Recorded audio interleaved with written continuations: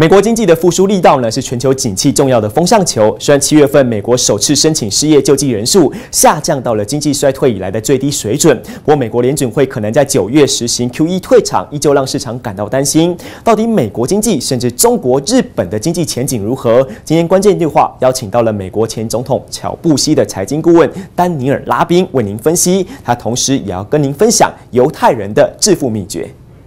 各位观众朋友，大家好！全球前400大富豪，其中就有80位是犹太人。到底犹太人怎么办到的？我们今天非常荣幸邀请到了美国著名的财经作家，同时也是美国前总统小布希的财经顾问丹尼尔拉宾先生来接受我们的专访。Hello, Rabbi, nice to meet you. Hi, Ashley, and thank you for having me. It's wonderful to be here with everybody. We know that Google's founder Larry and the Facebook founder Mark are all Jews, and we know that according to the Forbes statistic, the top 400 rich people in the world, 22% are Jews. So we are curious about that. What's the secret for Jews to make money and be rich? One of the false theories is that Jews cheat and steal. And in fact, in England, the dictionary in England actually used the word Jew as a verb, as in to Jew somebody means to cheat. But if cheating was the secret, it cannot be something that lasts, because there would be a bad reputation and people would stop doing business with Jews. But wherever you travel, whether it is anywhere in the United States or in Europe, here in Taiwan, I know there are hundreds of Jews who do business in Taipei, and Chinese people are very comfortable doing business with them. So obviously there is not a long-term cheating I think the first and most important principle is to understand money is not the goal. Money is the result of doing the right thing. And so if you really struggle to find a way to serve other people, to do something valuable for other people, then the money follows. But if you focus on the money, then it becomes a struggle always. And so Jews will never pray to God and say, God, give me $1,000. They'll say, God, show me, open my eyes to see people that I can help, because that'll make the money flow. But a lot of people, even they make money for serving other people, they still fail. But Jews usually succeed. Why? Largely that's because people get some very bad advice, particularly young people when they're finishing their education. Very often they are told very bad advice. They're told, you must find a way to do in life what you love doing. Have you ever heard that? You must find work you love doing. We Jews don't do that. We say you must find work that other people need, and then you must learn to love it. So that's the difference. The difference, that's right, is because it's very selfish. If you say, I want to find work I love doing, then it's all about you. It's not about serving other people. And that's why that people who are educated badly in this way, and by the way, this is very, very common in the United States. Young people who apply for their first job make a terrible mistake.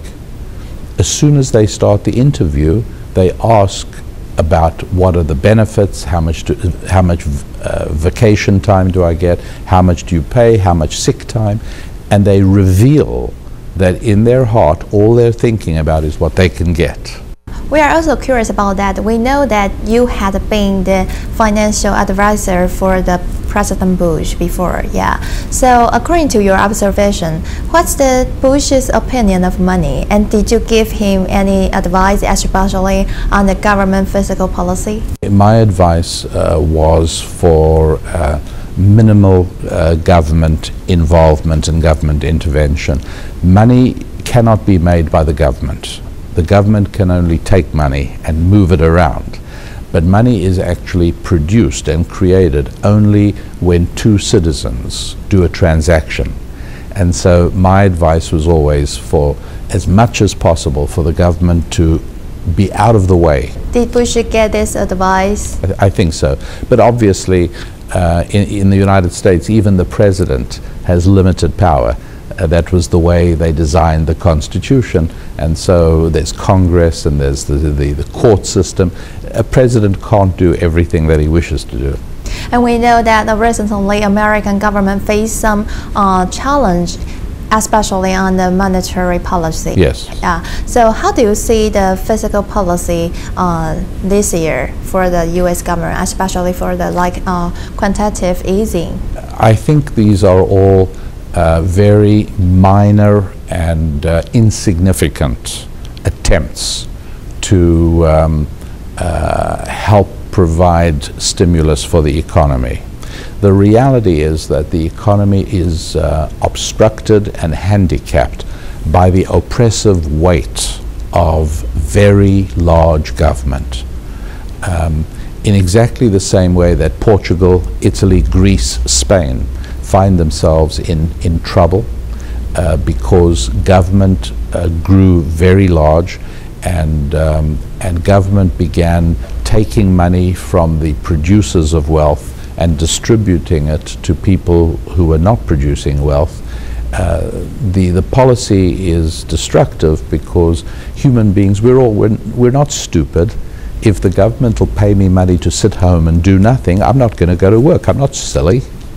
And that's a policy that has been expanded in the United States just at a time when people in the European Union are beginning to understand the problem. So the temporary easings and some of the minor fiscal adjustments in American monetary policy right now, I do not believe can be counted upon to have any long-term positive effect. If we look at the CPI in July, we know that it is up to the prediction, better than the prediction.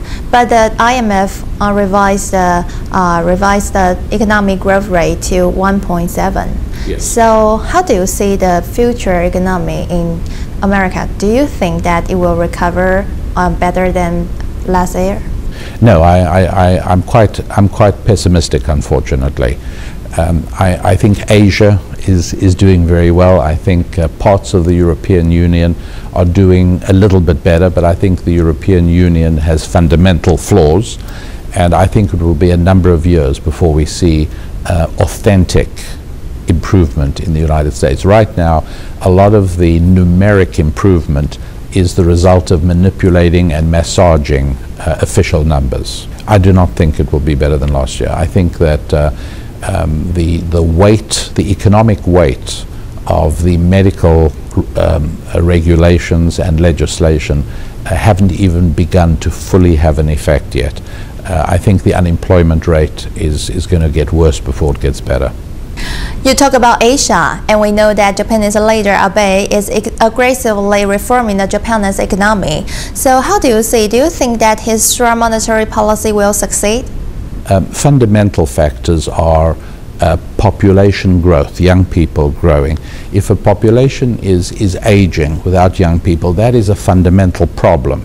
And if it doesn't reflect in a reality this year, it'll show up next year or the year after. That is there is no way to adjust or fix that problem. That's a very major problem if you don't have a birth rate of young people. Number two, the second thing is the culture. The culture has to be a healthy and vibrant culture.